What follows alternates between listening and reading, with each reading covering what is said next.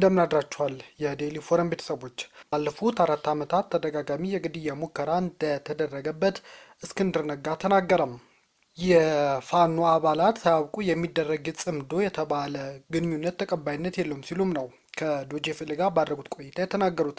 የቀድሞ የባልደራስ ፓርቲ ሊቀመንበርና አሁን በአማራ ፋኖ ብሔራዊ ንቅናቄ ውስጥ በአባልነት እየተንቀሳቀሱ የሚገኙት አቶ እስክንድር ነጋ ንቅናቄው ከመላ አባላቱ እውቅና ውጪ ከሌሎች ኃይሎች ጋር ጥምረት ለመፍጠር መሞከሩ ተቀባይነት የለውም አሉ። አቶ እስክንድር ከዶጄቬለ ጋር ባደረጉት ቆይታ በአፋብን ውስጥ የተሰጣቸው ኃላፊነት ያልተቀበሉበት በውስጥና ረዣዥም ባሏቸው የውጭ ኃይሎች ጫና ምክንያት ከአመራርነት በመገፋቴ ነው ብለዋል። ከመንግስት ወታደራዊ ኃይሎችና ለጊዜው ስማቸው መጥቀስ ከማይፈልጉ ታጣቂዎች ተደጋጋሚ የግድያ ሙከራ ተደርጎባቸው እንደነበር የተናገሩት አቶ እስክንድር ኢትዮጵያ ውስጥ ከሰላማዊ የፖለቲካ ትግል ወደ ትጥቅ ትግል በመግባታቸው ግን እንደማይቆጩ ተናግረዋል። አቶ እስክንድር ከጋዜጠኝነት ከሰላማዊ የፖለቲካ መሪ የደረሱ ሲሆን በተደጋጋሚ ለእስራት የተደረጉ በኋላም የትጥቅ ትግልን በመምረጥ ወደ ጫካ መግባታቸው ይታወሳል። አቶ እስክንድር ጽምዶ ጸረ አማራ ነው፣ አልሞትኩም፣ ከበርካታ ግድያ ሙከራዎችም አምልጫለሁ ሲሉ አስታውቀዋል። የፋኖ አመራሩ እስክንድር ከዶጄቬለ ጋር በነበራቸው ቆይታ ህይወቱን ለማለፍ ከተደረጉ በርካታ ግድያ ሙከራዎች ማምለጡን በመግለጽ በህይወት መኖሩንም ተናግረዋል።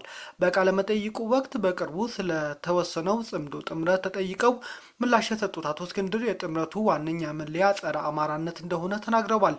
ይህ እኛ ብቻ የምንለው ሳይሆን መላው ዓለምም ቢሆን እነዚህ ኃይሎች የሚያውቋቸው በጸረ አማራ ባህሪያቸው ነው ሲሉም ተናግረዋል። አክለውም ጥምረቱ መሰረቱ የተባለው የታጠቁ ኃይሉ አመራሮች በህጋዊ መንገድ ያልተመረጡ በመሆኑ አጠቃላይ ሂደቱና አመራሩ ህገ ወጥ ነው ሲሉም ኮንነዋል። አቶ እስክንድር ነጋ ለረጅም ዓመታት በጋዜጠኝነትና በሰብአዊ መብት ተሟጋችነት የሚታወቁ ሲሆን ሰላማዊ የፖለቲካ ትግልም በማድረግ ይታወቃሉ። በተለይ በባልደራስ የፖለቲካ ፓርቲ ውስጥ በመሆኑም ሰላማዊ ትግል ወደ ብረት አንስቶ የመታገል ውሳኔ ውስጥ መግባታቸውንና አሁን የሚያንጸባርቁት አቋማቸው በፖለቲካ መድረክ ላይ በርካታ አንድምታዎች እንዳለውም አስታውቀዋል። አቶ እስክንድር ጥምረቱ ህገወጥ ማለታቸው በፋኖና በታጣቂ ኃይሎች መካከል ያለው የውስጥ አመራር ውድድርና የስልጣን ሽኩቻን ያመለክታል ተብሏል። የትግሉ ተቀባይነት የሚረጋገጠው በህዝባዊና በዲሞክራሲያዊ ውክልና እንጂ በኃይል አይደለም የሚል መልእክታቸውንም አስተላልፏል።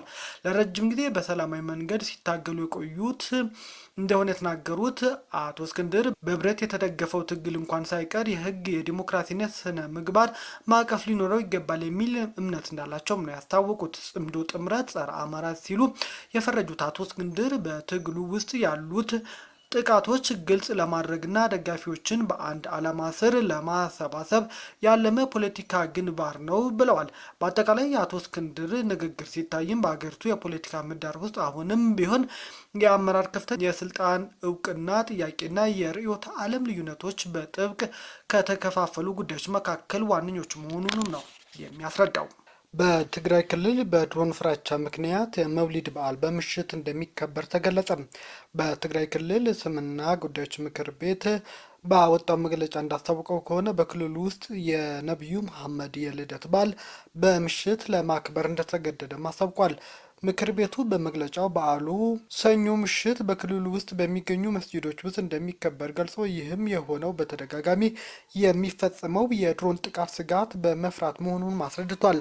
የምክር ቤቱ ዋና ጸሐፊ ሀጂ መሐመድ ካሳይ እንደተናገሩት በክልሉ እየተካሄደ ያለው የአየር ጥቃት በሰላማዊ ሰዎች ላይ ስጋት የፈጠረ ከመሆኑ በላይ ህዝቡ በሃይማኖቱ በዓላት እንዳያከብር አድርጓልን ብለዋል። በመሆኑም የመውሊድ በዓል በህዝቡ አደባባዮች እንዳይከበር ምክር ቤቱ ውሳኔ ማሳለፉን አስታውቋል። ምክር ቤቱ ትላንት ምሽትም በተለያዩ የመስጂዶች ውስጥ በዱዓ ዳዕዋና መንዙማ ጨምሮ ሃይማኖት ስነስርዓቶች በማከናወን በዓሉን አክብሯል። ታዲያ ሰኞ ዕለትም በትግራይ ክልል ደቡባዊና ሰሜናዊ ምዕራብ ዞኖች ላይ ጥቃት መፈጸሙን ህወሓት አስታውቋል። ህወሓት ለጥቃቱ የፌዴራል መንግስትን የወነጀለ ሲሆን በሰላማዊ መኖሪያ ቤት አካባቢዎች ላይ የድሮን ጥቃት መፈጸማቸውን የዞኖቹ አስተዳዳሪዎች አስታውቀዋል። ጥቃቶቹ በነዋሪዎች ንብረትና በግብርና መሰረተ ልማቶች ላይ ጉዳት ማድረሳቸውም ነው የተነገረው። የደቡባዊ ትግራይ ዞን አስተዳዳሪ አቶ ዝናቡ ገብረ መድህን ለትግራይ ቴሌቪዥን በሰጡት ቃለ መጠይቅ በራያ ዘቦ ወረዳ ገነቴ በተባለ አካባቢ ከጠዋት 4 ሰዓት ከ48 እና 5 ሰዓት ከ20 ላይ ሁለት ተከታታይ የድሮን ጥቃት መፈጸሙን ተናግረዋል። በጥቃቱ በሰላማዊ ሰዎች ንብረትና በመስኖ ልማት ስራዎች ላይ ጉዳት ማድረሱንም ነው ያስታወቁት። በተመሳሳይ የሰሜን ምዕራብ ትግራይ አስተዳደር አቶ ወልደ አብርሃ ገብረ ጻድቅ በሰሜን ምዕራብ ትግራይ እንደ አባጉና ወረዳ አካባቢ ከጠዋቱ 3 ሰዓት ገደማ የሰላማዊ ሰዎችን መኖሪያ ቤት ኢላማ ያደረገ ሌላ የድሮን ጥቃት መፈጸሙን አስታውቀዋል። ሁለቱ አስተዳዳሪዎች የፌዴራል መንግስት በትግራይ ሰላማዊ ህዝብ ላይ የሚወስደውን ወታደራዊ እርምጃ እያባበሰ መሆኑን በመክሰስ ጥቃቶቹ በነዋሪዎች ህይወትና የዕለት ተዕለት ኑሮ ላይ ከፍተኛ አደጋ እያደቀነ መሆናቸውን አሳስበዋል። ሆኖም የፌዴራል መንግስት በዚህ ጉዳይ ላይ ምንም አይነት ማስተባበያ እየሰጠ አይደለም። ባለፉት ተከታታይ ቀናት በተደጋጋሚ በትግራይ የድሮን ጥቃት እየደረሰ ነው በሚል ህወሓት እየከሰሰ ቢሆንም እስካሁን ድረስ ግን የፌዴራል መንግስት በዚህ ጉዳይ ላይ የሰጠው መግለጫ የለም። ወንጀልን ከመፈጸሙ በፊት ሰዎችን በሰው ሰራሽ አስተውሎት ኤአይን ለመተንበይ የታቀደው የኤፍቢአይ አወዛጋቢ እቅድ ከፍተኛ ስጋት እንደቀነም። የአሜሪካ ፌዴራል ምርመራ ቢሮ ኤፍቢአይ ሊፈጸም የሚችሉ አደጋዎችን አስቀድሞ ለመተንበይ ሰው ሰራሽ አስተውሎትን ወይም ኤአይን ለመጠቀም ማቀዱን የግላዊና የፍትሐዊ ፍርድ ሂደትን አስመልክቶ ከባድ ጥያቄዎችን አስነስቷል።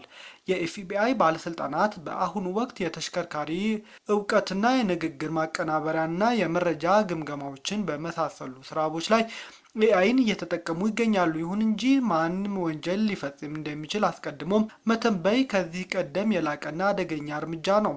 አልጎሪዝሞች ወይም እሳቤዎች የሰዎችን የባህሪ ንድፎችን፣ የመስመር ላይ እንቅስቃሴዎችና ያለፈ መዛግብታቸውን ወይም የግል መረጃቸውን ካላቸው ሰዎች ንክኪ ጋር በማጥናት የሚችል ቢሆንም ታሪካዊ ወንጀል መረጃዎች ዘርን፣ ኢኮኖሚ ሁኔታን ወይም የፖለቲካ አሰራር አድሎነትን ሊይዝ ይችላል የሚል ስጋት ተፈጥሯል። በዚህ ማለት ምክንያት የሰለጠነ ስነስርዓት ንጹሐን ሰዎች ያለምንም በቂ ማስረጃ በጥርጣሬ ስር ሊጥላቸው እንደሚችልም ነው ስጋቶች እየወጡ ያሉት። ህዝባዊ ደህንነት ለመጠበቅ አስፈላጊ ቢሆንም ጥርጣሬ በማስረጃ ላይ የተመሰረተውን የህግ ሂደት ሊተካው ይችላልም ተብሎ ተፈርቷል። ማንኛውም የመንግስት አካል ገና ያልተፈጸመ ወንጀል አስቀድሞ በመገመት በሰዎች ላይ ፍርድ መስጠት አለበት ወይ የሚል ጥያቄንም እያስነሳም ይገኛል። እስራኤል ሐማስ ከጋዛ ግዛት በኩል ካይት ድሮንና ፊኛዎችን ሊልክ ይችላል በሚል ስጋት ውስጥ የምትፈጽመው ጥቃት እንደምታጠናክር አስታወቀች። ባለፈው ሳምንት መጨረሻ ላይ ጋዛ ድንበር አቅራቢያ በሚገኝ የእስራኤል መንደር ውስጥ ፈንጂ ያልያዙ በራሪ ኃይሎች መገኘታቸውን የአካባቢ መገናኛ ብዙኃን አስታውቀዋል። የእስራኤል መከላከያ ሚኒስትር እስራኤል ካትዝ ሰኞ ዕለት በሰጡት መግለጫ ይህ ክስተት ለማስቆም ኃይል የተሞላበት እርምጃ ይወሰዳል ሲሉም አስጠንቅቀዋል።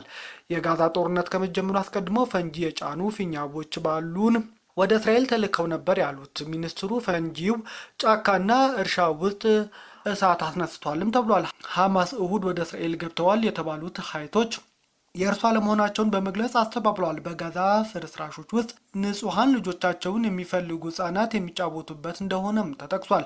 በተጨማሪም ቡድኑ እስራኤል ባለፈው ቅዳሜ ላይ የተፈረመውን ተኩስ አቁም በመጣስ የምትፈጽመውን የአየር ጥቃት ለመቀጠል የእነዚህ ኃይሎች ጉዳይ በምክንያት እየተጠቀመች ነው ሲልም ከሷል።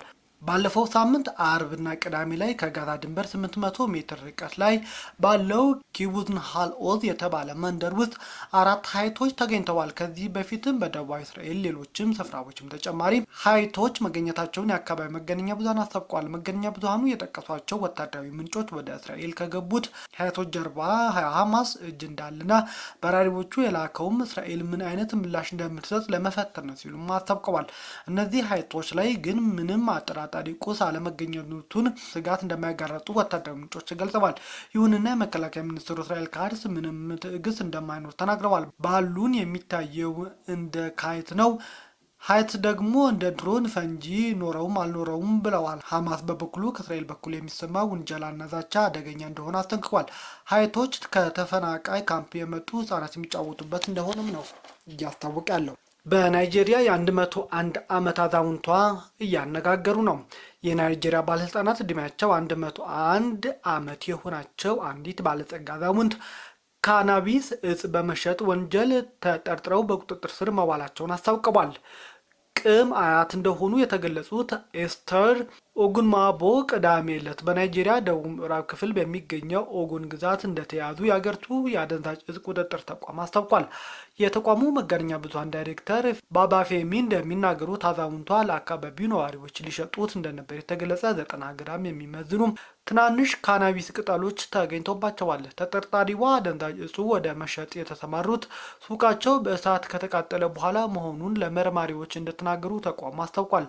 አዛውንቷ ኋላ ላይ በዋስትና መለቀቃቸው ተሰምቷል። አዛውንቷ በየ4 ቀኑ እጹን የሚቀርብላቸው ሌጎስ ከተማ ውስጥ በምትኖረው ልጃቸው ነው የሚል ጥርጣሬ መኖሩን የመገናኛ ብዙሃን ዳይሬክተሩ አስታውቀዋል። ተጠርጣሪዋ ካናቢሱን በአነስተኛ መጠን በመጠቅለል ለሚኖርባት አካባቢ ማህበረሰብ ሲሸጡ ነበር የሚል ክስም ቀርቦባቸዋል። አዛውንቷ እድሜያቸው በመግፋቱ በዋስትና እንዲወጡ እና የምክር አገልግሎት እንዲሰጣቸው በአደንዛዥ እጽ ቁጥጥር ተቋም ዋና ኃላፊ መወሰኑም ተገልጿል። በዋስትና ቢወጡም በወንጀል ድርጊት ተጠያቂ ሊሆኑ ይችላሉ ግም ተብሏል። ከዚህ ጉዳይ ጋር በተያያዘ የአዛውንቷ ልጅም በቁጥጥር ስር ውላለች ተብሏል። አዛውንቷ መያዛቸው የተሰማው ተቆጣጣሪ ተቋሙ በናይጄሪያ የባህር መስመሮች ላይ ባደረገው ቁጥጥር ከፍተኛ መጠን ያለው አደንዛዥ እጽ መያዙ በተገለጸበት ወቅት ነው። ግብጽ በኃይል የባህር በር ለማግኘት ከሚደረግ ሙከራ መቆጠብ እንደሚገባ ገልጻለች ተብሏል። ይህም ሾርኔ ለኢትዮጵያ ነው የሚል ምላሽም እየተሰጠ ነው። ግብጽ የውጭ ጉዳይ ሚኒስትር ባድር አብዱላቲ ከዓለም አቀፍ ሕግ ውጪ በኃይል የባህር በር ለማግኘት የሚደረግ ጥረቶች መቆም እንዳለባቸው ለአሜሪካው ፕሬዝዳንት የአረብና የአፍሪካ ጉዳይ አማካሪ ተናግረዋል ተብሏል። የግብጽ የውጭ ጉዳይ ሚኒስትር በአፍሪካ ቀንድ የሚገኙ አገራት አንድን ሉዓላዊነትና የግዛት አንድነትን መጠበቅ እንዳለባቸውም ነው የገለጹት። ባድር እሁድ ነሐሴ 17 ከአሜሪካ ውጭ ጉዳይ መስሪያ ቤት የአረብና የአፍሪካ ጉዳይ ከፍተኛ አማካሪ ማሳድ ብሮስ ጋር በስልክ መነጋገራቸው የግብጽ ውጭ ጉዳይ ሚኒስቴር አስታውቋል። ከአሜሪካው አፍሪካ ጉዳይ ከፍተኛ አማካሪ ጋር በቀጠናዊ ጉዳዮች ላይ የተደረገው ንግግር በተለይ በሱዳን፣ አፍሪካ ቀንድና ሊቢያ ያሉ ጉዳዮች የተነሱበት እንደሆነም ነው የተጠቀሰው። ግብጽ የእርስ በርስ ጦርነት ውስጥ ላለችው ሱዳን አንድነት፣ ሉዓላዊነትና የግዛት አንድነት ያላትን ድጋፍ የማይናወጥ እንደሆነ መናገራቸው ነው ሚኒስቴሩ ያስታወቀው። ሱዳን ውስጥ ትይዩ ተቋማትን ለመፍጠር የሚደረግ ማንኛውም ሙከራ ሀገራቸው እንደማትቀበል የገለጹት አብዱላቲ 3 ዓመት ያለፈው ጦርነት ለመቋጨት በሱዳናዊ ባለቤትነትና መሪ የሚካሄድ አጠቃላይ የፖለቲካ ሂደት እንደሚያስፈልግም አንስተዋል። በግብጽ የውጭ ጉዳይ ሚኒስቴር መስሪያ ቤትና የአሜሪካ አፍሪካ ጉዳይ ከፍተኛ አማካሪ ንግግር ላይ በአፍሪካ ቀንድ የሚታይ ጉዳዮችም ተነስቷል ተብሏል። የግብጽ የውጭ ጉዳይ ሚኒስቴር በቀጠናው የሚገኙ ሀገራት አንድን ሉዓላዊነትና የግዛት አንድነትን መጠበቅ እንዳለባቸው ነው የተናገሩት። አብዱላቲ አያይዘውም በኃይል የባህር በር ለማግኘት ይደረጋል ያሉት ሙከራ ተቃውሟልም ተብሏል። የቀጠናውን ሰላምና ደህንነት አደጋ ላይ የሚጥሉ የአንድን ወገን እርምጃዎች መወሰን እንደሌለባቸው አስታውቋል። ይህም ኢትዮጵያ አሁን ላይ የቀይ ባህር ጉዳይ ላይ ማንሳቷን ተከትሎ ግብጽ የምታራምደው ኢትዮጵያን ከባህር በር ለማግለል የምታካሄደው አቋም እንደሆነም ነው እየተነገረ ያለው። አክለውም ዓለም አቀፍ ሕግን በመጣስ በኃይል የባህር በር ለማግኘት ከሚደረግ ማንኛውም ሙከራ መቆጠብ እንደሚገባ በአጽንኦት አስታውቀዋል ተብሏል። የግብጽ የውጭ ጉዳይ ሚኒስቴር መግለጫው ይደረጋል ያለው ሙከራ በየትኛው ሀገር እንደሚካሄድ ግን በይፋ አልተገለጸም። ይሁን እንጂ የግብጽ ውጭ ጉዳይ ሚኒስቴር አብዱላቲ ይህንን ያሉት የኢትዮጵያ መንግስት ባህር በር ለማግኘት ያለውን ፍላጎት እየገለጸ ባለበት ወቅት ነው። የጠቅላይ ሚኒስትር አብይ አህመድ መንግስት ባህር በር ማግኘት ለኢትዮጵያ የህልውና ጉዳይ መሆኑን ላለፈው 3 ዓመታት ሲገልጸው የቆየው እውነታ መሆኑ ይታወቃል። ጠቅላይ ሚኒስትር አብይ መንግስታቸው ይህንን ፍላጎት ማሳካት የሚሻው በሰላማዊ መንገድና በንግድ ልውውጥ እንደሆነም በተደጋጋሚ ሲናገሩ ተሰምተዋል። ቤተሰቦቻችን ቪዲዮውን ከወደዳችሁ ላይክ አድርጉ፣ ለሌሎች ተደራሽ እንደሆነም ሼር አድርጉ። አዲስ የሆናችሁ ደግሞ ሰብስክራይብ አድርጉ። ቤተሰብ ይሁኑ። ሰናይ ጊዜ